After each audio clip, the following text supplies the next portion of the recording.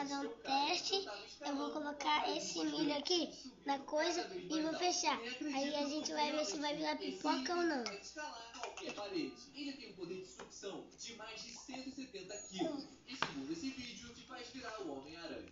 Eu comprei pra testar. Ele funciona igual uma ventosa, só que usa um motor pra gerar ainda mais vácuo. Decidi testar com essa mesinha. Mas será que ele aguenta o meu peso? Aguentou bem fácil. Então eu fui em busca da maior parede que eu consegui encontrar. Eu não tava muito confiante. Mesmo assim, fui tentar. Comecei devagar, mas quando eu menos esperava, você correu pra se inscrever no canal. Antes que eu caia, eu tava escalando uma parede Vamos esperar pra ver se gigante, vai virar subindo pipoca. cada vez mais alto. Nem acredito que isso realmente funciona. Esse item te faz escalar. Você vai queimar?